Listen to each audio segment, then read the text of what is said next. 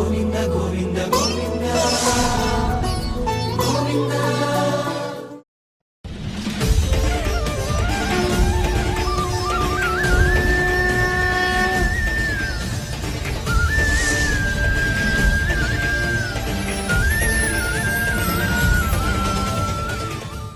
ఓం నమో వెంకటేశాయ. ఏడుకొండలవాడ వెంకటరమణ గోవింద గోవింద. శ్రీ శ్రీనివాస శ్రీ వెంకటేశ గోవింద గోవింద. కలియుగ ప్రత్యక్ష దైవం శ్రీనివాస పరబ్రహ్మ అనుగ్రహ విశేషంతో శ్రీమద్భాగవతంలో ద్వాదశ స్కంధంలోని విశేషాలు యథాశక్తి తెలుసుకుంటున్నాం. నారాయణం నమస్కృత్య నరం చైవ నరోత్తమం దేవీం సరస్వతీం వ్యాసం తతో జయముదీరయేత్. శుకయోగీంద్రుల వారు పరీక్షిన్ మహారాజునకు భగవల్లీలా విశేషాలు వర్ణించి చెబుతూ అందులో భాగంగా కలియుగ ప్రభావం ఏ విధంగా ఉంటుంది, ఎన్ని రకాలైనటువంటి అరాచకాలు ప్రబలుతాయో ఆ విషయాలు వర్ణించి చెబుతూ ఉన్నారు. కలౌ నరాజన్ జగతాం పరంగురుం త్రిలోకనాథానతపాద పంకజం ప్రాయేణ మర్త్యా భగవంతమచ్యుతం యక్ష్యంతి పాఖండ విభిన్న చేతసః. జగత్తులన్నిటికీ గురువైనటువంటి వాడు ఆ పరమాత్ముడు శ్రీ మహావిష్ణువు శ్రీహరి. ఆయనే శ్రీకృష్ణ స్వామిగా అవతరించాడు. అలాంటి పరమగురుడైనటువంటి పరమాత్ముణ్ణి ఆరాధించేటువంటి లక్షణం కలియుగంలో తగ్గిపోతూ ఉంటుంది. భగవంతుని మీద విశ్వాసం అనేది చెదిరిపోతుంది. ప్రజల యొక్క బుద్ధి చెడుదారిలో పోతూ ఉంటుంది. వేద విరుద్ధమైనటువంటి ధర్మాలు బలవత్తరమైపోతాయి. వేదాన్ని విశ్వసించరు ప్రజలు. ఈ కలియుగంలో అనేక రకాలైనటువంటి భగవద్విశ్వాసం లేనటువంటి అభిప్రాయాలన్నీ ప్రబలుతూ ఉంటాయి అని వర్ణించి చెప్పి, యన్నామధేయం మ్రియమాణ ఆతురః పతన్ స్ఖలన్ వా వివశో గృణన్ పుమాన్ విముక్తకర్మార్గళ ఉత్తమాంగతిం ప్రాప్నోతి యక్ష్యంతి నతం కలౌ జనాః. భగవన్నామస్మరణ యొక్క గొప్పతనం చెబుతున్నారు. మరణించే సందర్భంలో కానీ, అనారోగ్యంతో పీడింపబడేటప్పుడు కానీ, లేదా ఏదైనా ఆపదలో బాధపడుతున్నప్పుడు కానీ, తన స్థానం నుంచి జారిపోయేటువంటి సందర్భంలోనైనా, ఏ క్షణంలోనైనా ఆ పరమాత్ముణ్ణి చక్కగా కీర్తించినట్లయితే, శ్రీమన్నారాయణ శ్రీకృష్ణ వాసుదేవ శ్రీహరి అని చక్కగా స్వామి యొక్క దివ్యమైన నామాన్ని కీర్తించినట్లయితే, అలా కీర్తించిన వారు కర్మ సంబంధమైన పాపాలన్నింటినీ పోగొట్టుకుని, కర్మరాశులన్నింటినీ నశింపజేసుకుని ఉత్తమమైనటువంటి మోక్షస్థానాన్ని పొందుతారు. ఆ విషయం తెలియక కలియుగంలో ప్రజలందరూ ఆ శ్రీహరిని మనసారా కీర్తించేటువంటి అదృష్టానికి దూరమవుతూ ఉంటారు.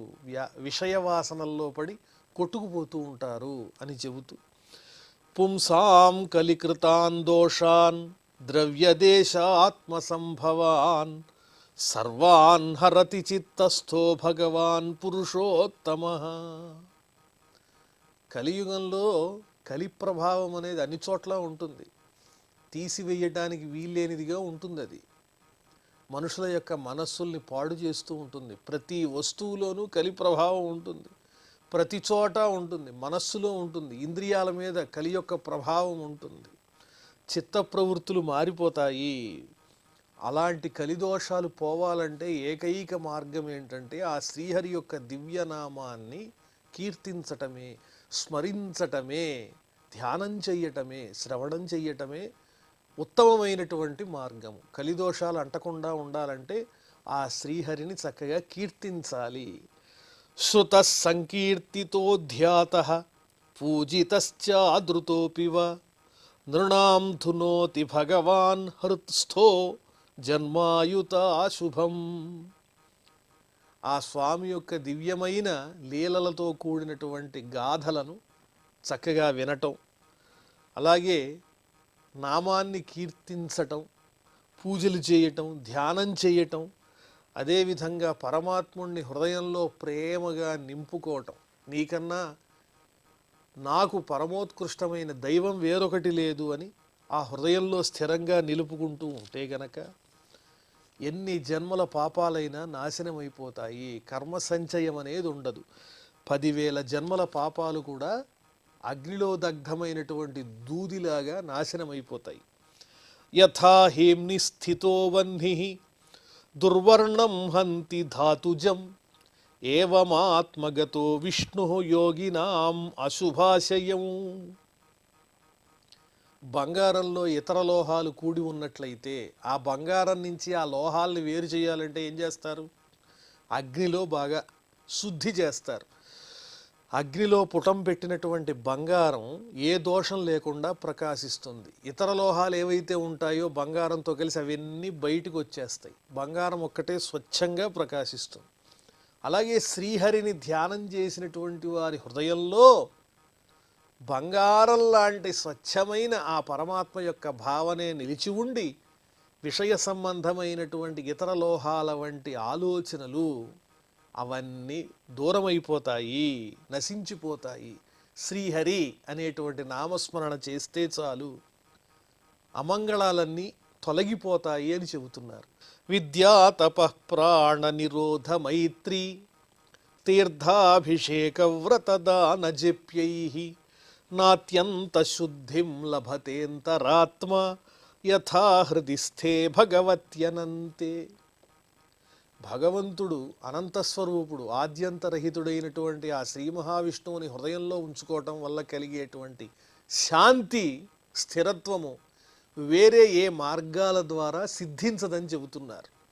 అంటే జపం చేసిన, తపం కలిగిన, యోగాభ్యాసం చేసిన, ఉపాసనలు చేసిన, జపాలు, వ్రతాలు, ఎన్ని రకాలైన దాన ధర్మాలు చేసినప్పటికీ కూడా అలాంటి నిశ్చలమైన హృదయ స్థితి కలగదు.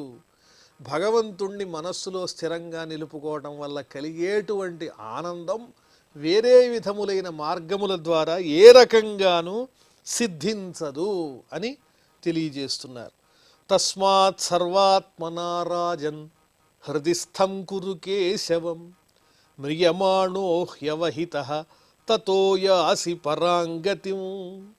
అందువల్ల ఓ పరీక్షిన్ మహారాజా, నీకు మృత్యువు సమీపించే సందర్భం ఇది. ఈ సమయంలో నీవు ఆ శ్రీ మహావిష్ణువు యొక్క దివ్యమైన చరిత్రలన్నీ శ్రద్ధగా శ్రవణం చేసావు. ఇప్పుడు నీ హృదయంలో ఆ భగవంతుని యొక్క స్వరూపాన్ని నిశ్చలంగా నిలుపుకో. దానివల్ల కలిగే పరమ ప్రయోజనం ఏమిటంటే నీవు మోక్షాన్ని పొందడానికి అర్హుడవుతావు నాయన పరీక్షిన్ మహారాజా. మృత్యువు సమీపించినటువంటి సమయంలో శ్రీహరిని ధ్యానించినటువంటి వారికి ముక్తే తప్ప వేరొక గతి లేదని చెప్తున్నారు. మ్రియమాణైరభిధ్యేయో భగవాన్ పరమేశ్వరః ఆత్మభావం నయత్యంగ సర్వాత్మా సర్వసంశ్రయః.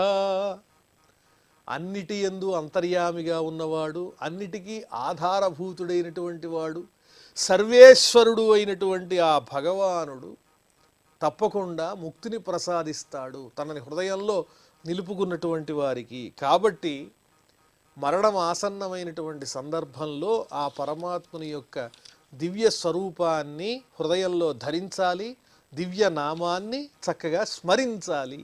ఓ పరీక్షిన్ మహారాజా, ఇదే నీకు తారకము. కలేర్దోష నిధే రాజన్ అస్తి హ్యేకో మహాన్ గుణః కీర్తనాదేవ కృష్ణస్య ముక్త సంగః పరం వ్రజేత్. కలియుగం చాలా దోషభూయిష్టమైనదే.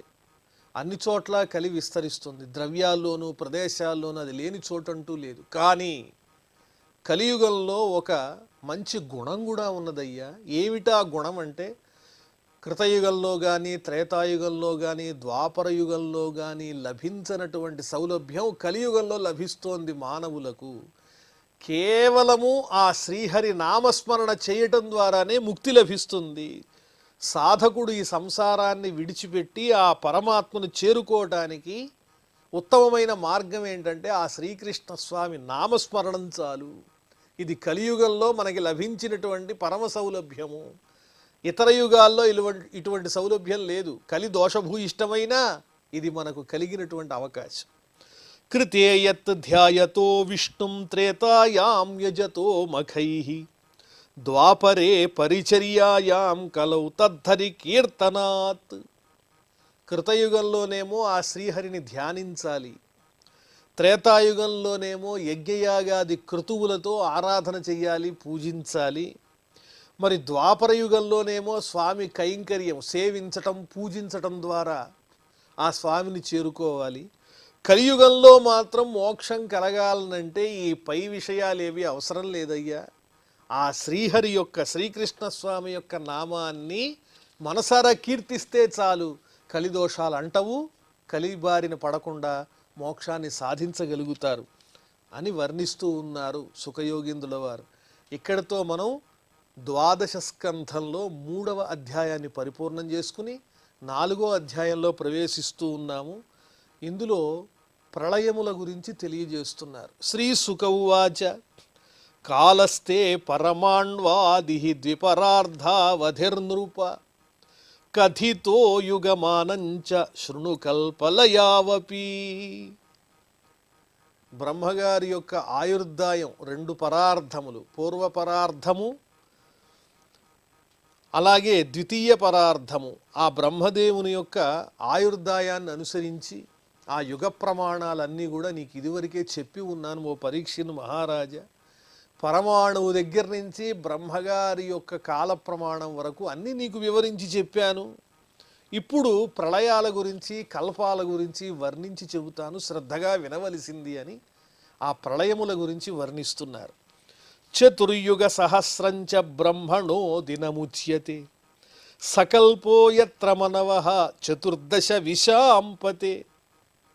4 యుగాలు ఉన్నాయి. 4 యుగాలను ఒక మహాయుగం అంటారు. కృత త్రేత ద్వాపర కలి. ఈ 4 యుగాలు ఒక 1000 జరిగితే, 1000 మహాయుగాలు జరిగితే అది బ్రహ్మగారికి ఒక పగలని చెబుతున్నారు.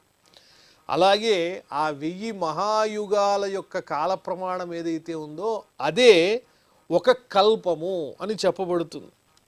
ఇలాంటి కల్పాన్ని 14 మంది మనువులు పంచుకుంటారు. 14 మంది మనువులు ఉంటారు. తదంతే ప్రళయస్తావాన్ బ్రాహ్మీ రాత్రిరుదాహృత త్రయోలోక ఇమే తత్ర కల్పంతే ప్రళయాయహి. ఒక కల్పం పూర్తయిన తర్వాత ప్రళయం అనేది సంభవిస్తుంది. ఆ ప్రళయ సమయం కూడా బ్రహ్మగారి యొక్క పగటితో సమానమైనటువంటి ప్రమాణం కలిగి ఉంటుంది. అంటే బ్రహ్మగారికి రాత్రితో సమానం ఆ ప్రళయం. 1000 మహాయుగాల కాలం పాటు ఒక ప్రళయం అనేది కొనసాగుతుంది. అదే బ్రహ్మగారికి రాత్రి. ఆ సమయంలో ముల్లోకాలు ఆ ప్రళయంలో విలీనమైపోతాయి. ఏష నైమిత్తిక ప్రోక్త ప్రళయో యత్ర విశ్వసృక్ శేతే అనంతాననో విశ్వం ఆత్మసాత్కృత్య చాత్మభూ. ఇలాంటి ప్రళయాన్ని ఏమని పిలుస్తారు? బ్రహ్మగారు నిద్రించే సమయంలో కలిగే ప్రళయాన్ని నైమిత్తిక ప్రళయం అని పిలుస్తారు. ఈ నైమిత్తిక ప్రళయంలో బ్రహ్మగారు ఏం చేస్తాడంటే ఈ జగత్తునంతా తనలోనే విలీనం చేసుకుని ఉంటాడు, నిద్రిస్తాడు. ఆ సమయంలో అనంతాననుడు ఎవరైనా పరమాత్ముడైన శ్రీ మహావిష్ణువు కూడా యోగ నిద్రా ముద్రితుడై శయనిస్తూ ఉంటాడు. ద్విపరార్ధే త్వతిక్రాంతే బ్రహ్మణ పరమేష్ఠినః తదా ప్రకృతయ సప్త కల్పంతే ప్రళయాయహి. నైమిత్తిక ప్రళయం గురించి తెలియజేసిన తర్వాత బ్రహ్మగారి కాల ప్రమాణం ఎప్పుడైతే పూర్తవుతుందో అప్పుడు సంభవించే ప్రళయం గురించి వర్ణిస్తున్నారు. బ్రహ్మదేవుని యొక్క 2 పరార్ధములు గడిచిన తర్వాత ఏం జరుగుతుంది అంటే ఈ పంచతన్మాత్రలు ఏవైతే ఉన్నాయో రూపరసగంధ ఇవన్నీ కూడా పంచతన్మాత్రలు, అలాగే అహంకారము, మహత్తత్వము, ఇవన్నీ ఈ తత్వాలు ఏవైతే ఉన్నాయో ఇవన్నీ విలీనమవటానికి సంసిద్ధమవుతూ ఉంటాయి. ఏష ప్రాకృతికో రాజన్ ప్రళయో యత్ర లీయతే అండకోశస్తు సంఘాతో విఘాత ఉపసాదితే. దీన్నే ప్రాకృత ప్రళయము అని పిలుస్తారు. ఈ బ్రహ్మాండం ఏదైతే ఉందో ఈ బ్రహ్మాండం అంతా కూడా కారణతత్వములలో విలీనమైపోతుంది. కారణతత్వములు ఎన్నోసార్లు మనం వాటి గురించి చెప్పుకున్నాం. ఆ తత్వములు మహత్తు, అహంకారము ఇత్యాదిగా కలిగినటువంటి సమస్తమైన ఆ తత్వములలో ఈ అండకోశమంతా, ఈ బ్రహ్మాండమంతా విలీనమైపోతూ ఉంటుంది. పర్జన్య శతవర్షాణి భూమౌ రాజన్నవర్షతి తదా నిరన్నేహ్యన్యోన్యం భక్షమాణాః క్షుధార్దితాః. ఈ ప్రాకృత ప్రళయం సంభవించినటువంటి సందర్భంలో కలిగేటువంటి విపరీతాల గురించి వర్ణిస్తూ ఉన్నారు.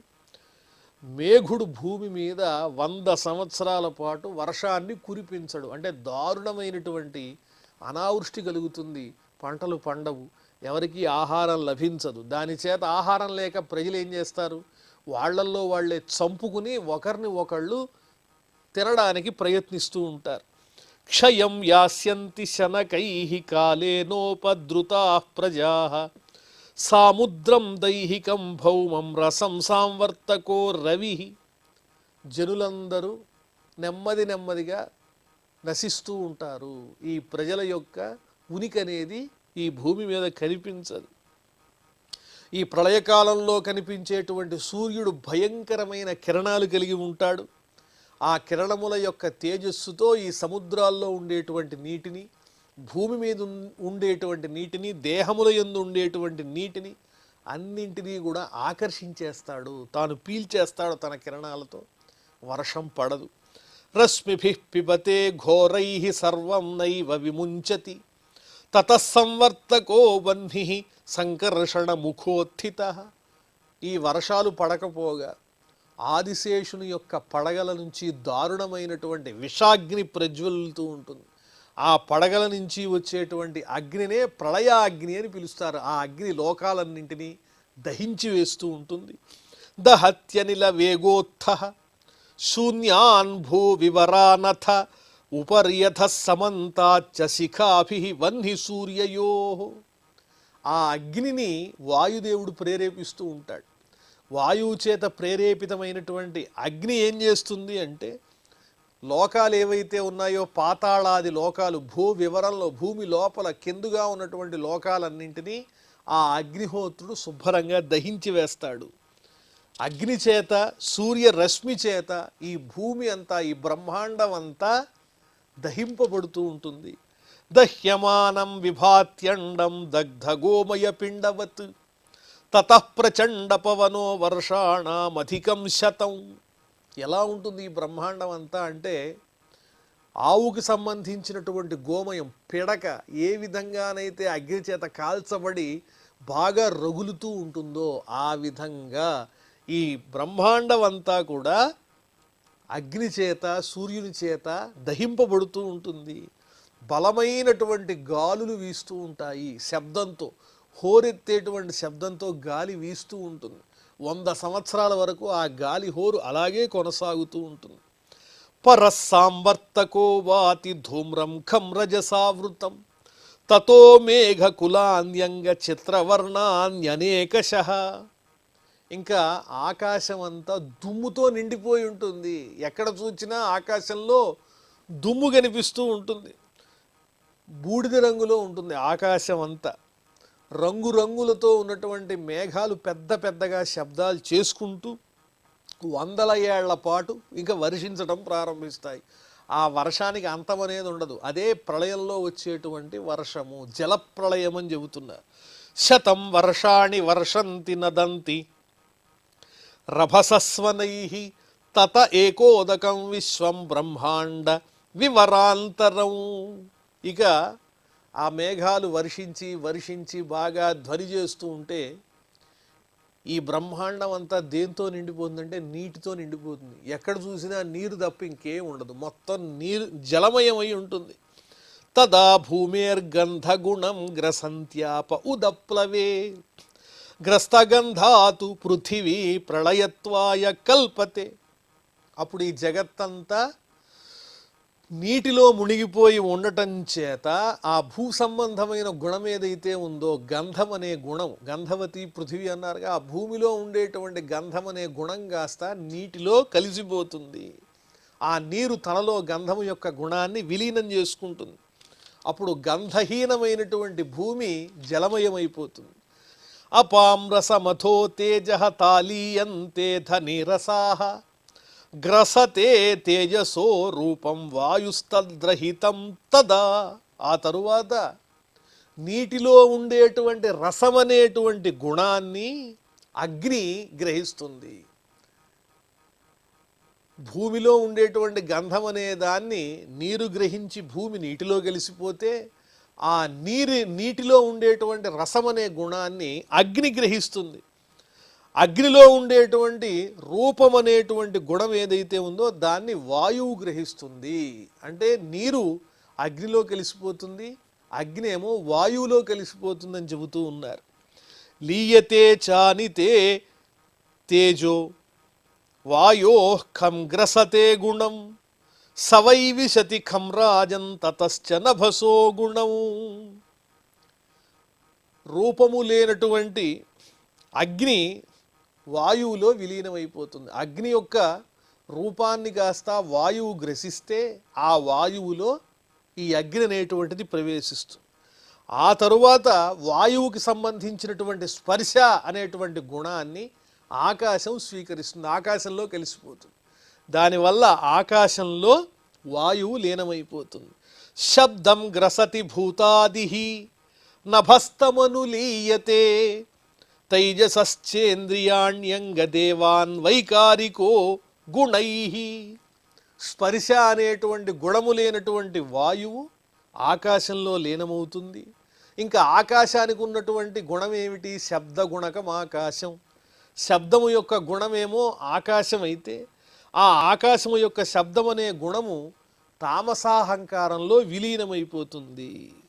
ఈ రకంగా సమస్తమైనటువంటి ఈ జగత్తు ఏ విధంగా లయాన్ని పొందుతుందో ఆ ప్రళయాన్ని గురించి వర్ణించి చెబుతూ పరీక్షిన్ మహారాజునకు సుఖయోగీంద్రుల వారు నైమిత్తిక ప్రళయము, ప్రాకృత ప్రళయం అనేటువంటి విషయాలను చెబుతూ ఉన్నారు.